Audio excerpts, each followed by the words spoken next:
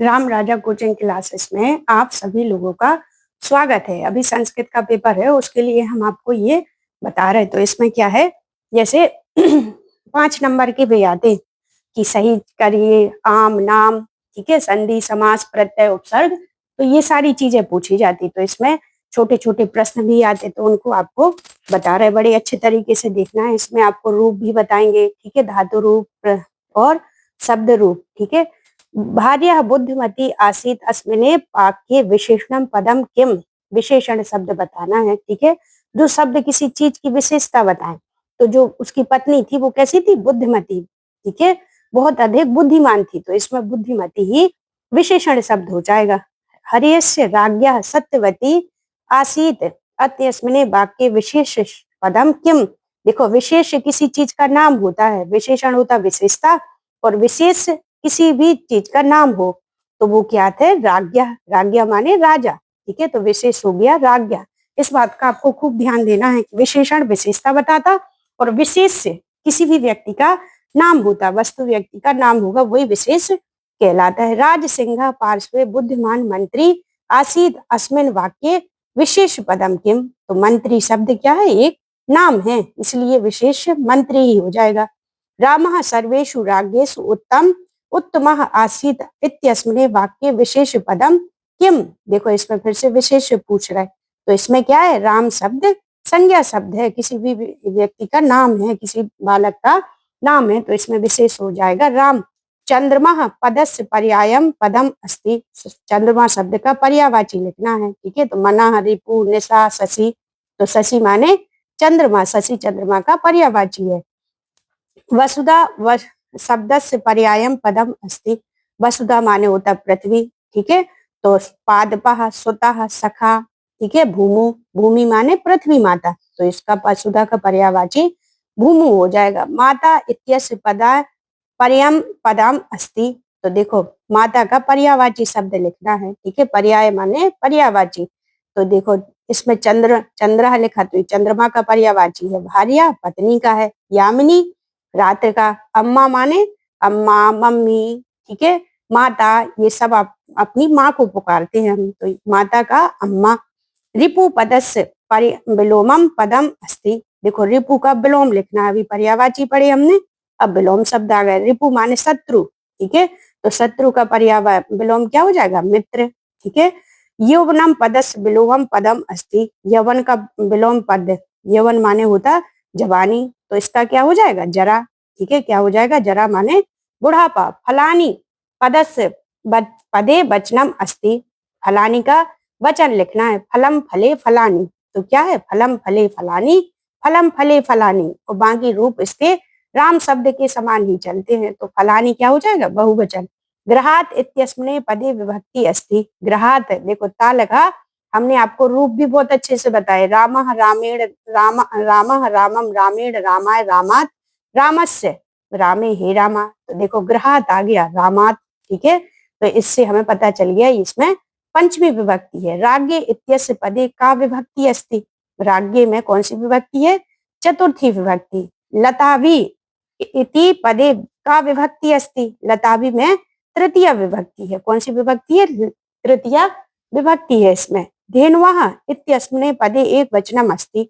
धेनुवाः का एक वचन का पद वचन लिखना है, तो क्या हो, धेनुवाः कौन से वचन का है, तो ये है बहुवचन का है। मातरम इत्यस्मिने पदे विभक्ति अस्ति। मातरम में विभक्ति कौन सी है, माता, मात्रा, मातरम, ठीक है। तो इसमें माता मातरम, तो द्वितीय विभक्ति। नवाम इत्यस्मिने पदे विभक्ति अस्ति। नवाम में षष्ठी विभक्ति, ठीक है। अधोलिखितेषु लोट लकारः नस्ति। लोट लकार जिसमें ना हो तो भवत है, इसमें लोट लकार नहीं है, ठीक है। पक्षसी इत्यस्मिने पदे धातु अस्ति।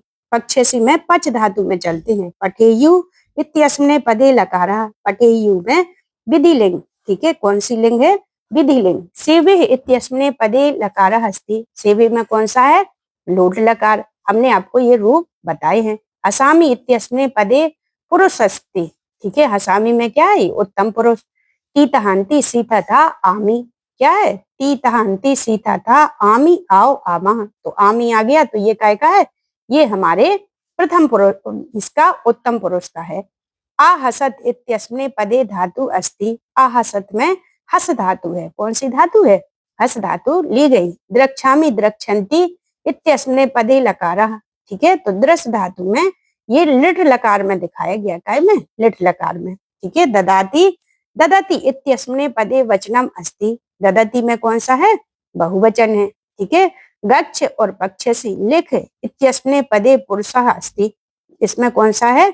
इसमें हमारा मध्यम पुरुष है। कौन सा पुरुष है? मध्यम पुरुष। वर्धते इत्यस्मिन् पदे धातु अस्ति। वर्ध धातु में कौन सी धातु है? वृद्ध धातु। कौन सी धातु? वृद्ध धातु। अपृश्यत इत्यस्मिन् पदे धातु अस्ति। अपृश्यत में स्पर्श धातु है। कौन सी धातु है? स्पर्श। ठीक है, कौन सी है? स्पर्श। लभते हरति इत्यस्मिन् पदे धातु अस्ति। लभन्ते में कौन सी है? लभ। और हरति में हा धातु। ठीक है, तो लभ और हा हो जाएगा अपना। पास्यति लप्स्यते करिष्यति पठिष्यति इत्यस्मिन् पदे, तो कौन सी धातु है हमारी? लिट लकार। भवतु भविष्यति इत्यस्मिन् पदे पुरुषः अस्ति। तो इसमें क्या है? भवतु प्रथम पुरुष है। सेव्यन्ते पठिष्यामि हसन्ते पश्यत इत्यस्मिन् पदे एक वचनम अस्ति। तो इसका हमें वचन लिखना है, तो सेव्यन्ते बहुवचन का है। नियत इच्छेत इत्यस्मिन् पदे लकारः अस्ति। नियत और इच्छेत तो कोई का है ये? विधिलिंग का। पुस्तक शब्दस्य प्रथमा विभक्ति बहुवचनम रूपम अस्ति। पुस्तक पुस्तकम पुस्तकानि, तो क्या है? इसका हो जाएगा हमारा पुस्तकानि। पुस्तका पुस्तके पुस्तकम। अगला है राम शब्दस्य पंचमी विभक्ति रूपम अस्ति। हमने आपको ट्रिकी तरीके से रूप याद कराए हैं, तो आप उसमें देखेंगे तो रामः रामम रामेण रामाय रामात। देखो ये आ गया। ठीक है, लता शब्दस्य चतुर्थी विभक्ति रूपम लिखति। तो लता लताम लतिया लतायै। क्या है चतुर्थी में? लतायै। हरि शब्दस्य तृतीय विभक्ति द्विवचन, तो हरिभ्याम। ठीक है, अधोलिखित अव्ययम अस्ति। अव्यय शब्द भी कहलाते जो चाहे स्त्रीलिंग पुरुषलिंग किसी भी वचन में हो, इनका व्यय ना हो, विजयों के त्यों प्रयोग होते हैं, वो अव्यय शब्द कहलाते हैं। जैसे तत्र यत्र, ये कैसे हैं? अव्यय शब्द है।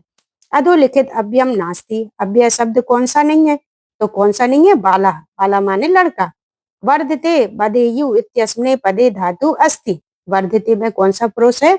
और बदेयु में, इसमें हमारा प्रथम पुरुष आता है। ठीक है, तो इस प्रकार की जानकारी प्राप्त करने के लिए आपको हमारे चैनल को सब्सक्राइब करना है और लाइक करना है और शेयर करना है, ताकि सब बच्चों तक ये जानकारी अच्छे से पहुंच सके। Thank you.